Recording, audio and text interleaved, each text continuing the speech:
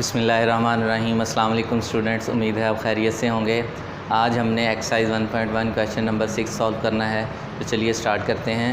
Question number 6 है हमारे पास, simplify by justifying each step. First part है इसका, एक फ्रैक्शन हमें दी गई है, हमने इसे सिंप्लीफाई करना है और सिंप्लीफिकेशन के दौरान जो भी हम स्टेप परफॉर्म करेंगे उसकी हमने जस्टिफिकेशन देनी है कि किस प्रॉपर्टी के तहत हमने ये जो स्टेप है ये हमने परफॉर्म किया है। तो ये क्वेश्चन है हमारे पास 4 + 16x/4।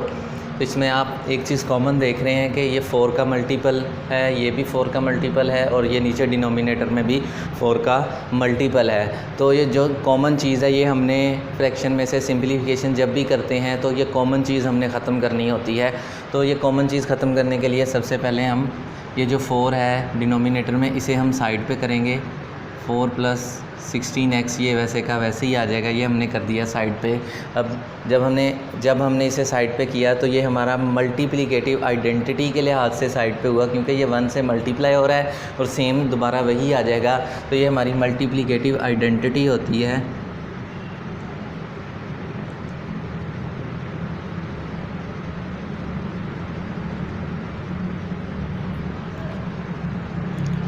नेक्स्ट, अब ये देखें, ये 16 जो है ये भी 4 का मल्टीपल है, तो हमने इसे मल्टीपल बनाना है। उसके लिए ये 16 को हमें तोड़ना पड़ेगा। 4 + 4 4 16 होता है, तो ये हमने तोड़ दिया, 4 4 16 कर दिया। नेक्स्ट स्टेप में अब ये देखें, ये 4 दोनों में कॉमन है तो हम ये कॉमन ले लेंगे, और जब ये कॉमन लेंगे तो 4 1 4, इसकी जगह पे 1 आ जाएगा। ये 4 बाहर चला गया तो ये ख़त्म हो गया और ये 4x वैसे का वैसे ही आ गया।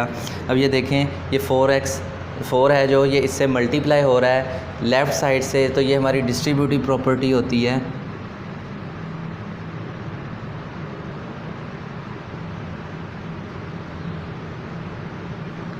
लेफ़्ट डिस्ट्रीब्यूटेड, क्योंकि ये लेफ़्ट साइड से मल्टीप्लाई हो रहा है।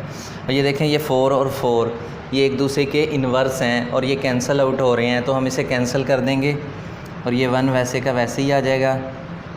1 + 4x ये हमने कैंसिल किया है। क्यों कैंसिल किया है? क्योंकि ये एक दूसरे के इन्वर्स हैं, इन्वर्स है इसलिए हमने इसे कैंसिल किया है। तो इधर हम लिखेंगे मल्टीप्लिकेटिव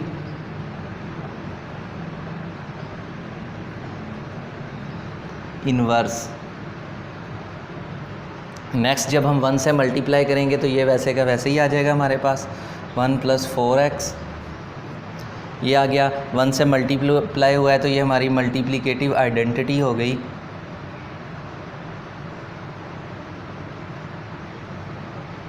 तो ये हमारी सिंप्लीफाइड फॉर्म थी इस क्वेश्चन की, इसमें और कोई चीज़ जो सी है सिंप्लीफाई नहीं हो सकती।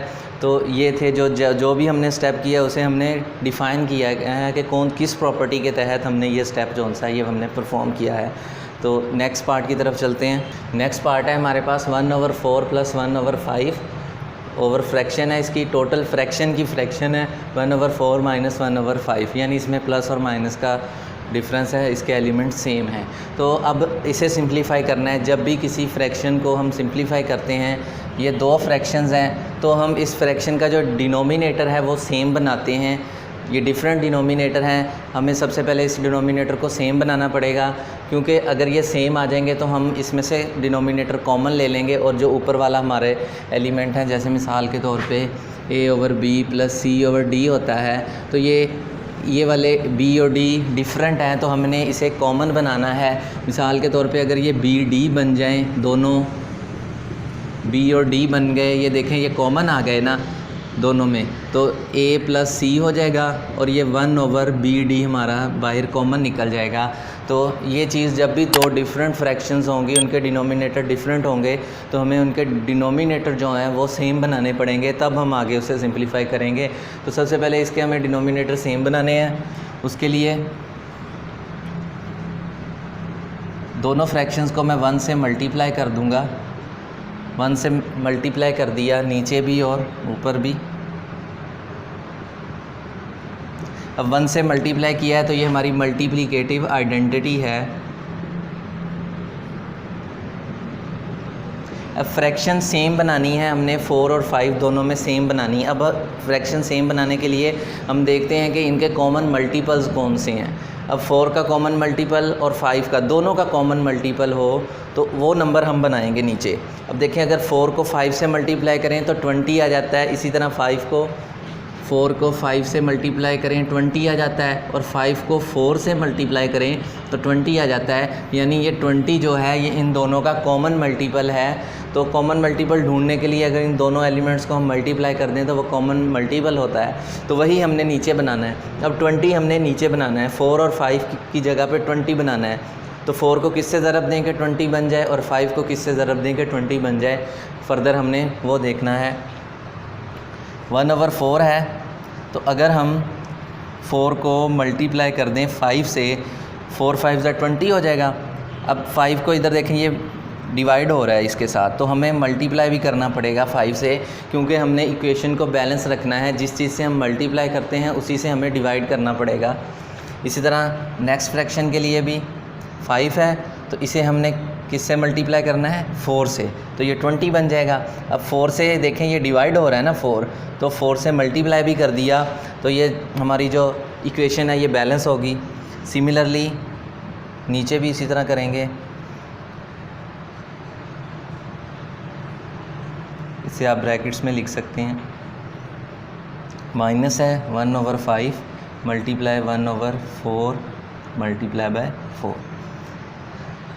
अब ये देखें ये एक दूसरे के इन्वर्सिस हैं, तो हम इधर क्या लिखेंगे, मल्टीप्लिकेटिव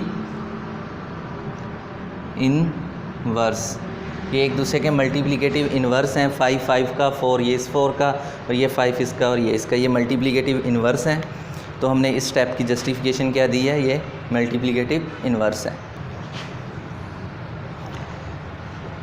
नेक्स्ट है हमारे पास ये 5 को हम इससे मल्टीप्लाई कर देंगे, 5 1 ज़ा 5/5 आ जाएगा। 1/4 multiply by 5/5। Similarly 1/5 multiply by 4/4। 1/4 multiply by 5/5 minus 1/5 multiply by 4/5। ये अगर हमारे पास इस तरह हो 1/b मल्टीप्लाई बाय a, तो आप लिख सकते हो a को ऊपर वाले से मल्टीप्लाई करके a/b। ये इस प्रॉपर्टी के तहत हमने इसको मल्टीप्लाई किया है। नेक्स्ट आप 5 को 1 से मल्टीप्लाई कर सकते हो, 4 को 1 से। इसी तरह नोमिनेटर को नोमिनेटर से मल्टीप्लाई और डिनोमिनेटर को डिनोमिनेटर से मल्टीप्लाई कर सकते हैं। ये हो जाएगा 5/20 प्लस 4/20 डिवाइडेड बाय 5/20 माइनस 4/20। अब ये देखें ये 20 और ये 20 दोनों सेम आ गए, तो यही हमारा मोटो था कि हमने जो डिनोमिनेटर है इसमें सेम एलिमेंट लाने हैं ताकि हम उसे कॉमन ले सकें। तो इसे फर्दर जब हम कॉमन लेंगे तो कैसे कॉमन लेंगे, 5 को पहले मल्टीप्लाई करेंगे 1/20 से, साइड पे करेंगे, पहले 20 साइड्स पे करेंगे 5 से। सिमिलरली 4 से भी हम 1/20 साइड पे करेंगे। इसी तरह 5 से नीचे भी। अब ये 1/20 जो है ये हमारे देखें कॉमन आ रहे हैं, नोमिनेटर में भी और डिनोमिनेटर में भी। अब ये कॉमन जब हम लेंगे तो इधर आ जाएगा 4 + 5 + 4, इसको हम 1/20 से मल्टीप्लाई कर देंगे, और 5 - 4, और इसको भी 1/20 से हमने साइड पे मल्टीप्लाई कर दिया। अब ये देखें ये 1/20 डिस्ट्रीब्यूट हुआ है, 1/, इस पे भी डिस्ट्रीब्यूट हुआ है 1/20, इस पे भी। ये देखें डिस्ट्रीब्यूट था ना, तो हमने उसके आगे लिख देंगे ये डिस्ट्रीब्यूटिव प्रॉपर्टी है, डिस्ट्रीब्यूटिव लॉ। इसके तहत हमने ये स्टेप किया है।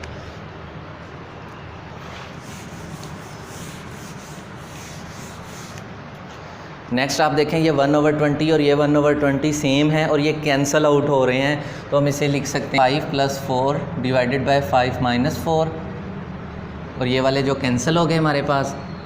ये कैसे स्टेप आया, कैंसलेशन लॉ। कैंसलेशन लॉ के तहत हमने 1/20 कैंसिल कर दिए। अब ये देखें 5 + 4 9 हो जाएगा, 5 माइनस 1 हो जाएगा और इसका आंसर हमारे पास 9 आ जाएगा और ये हमारा आंसर है।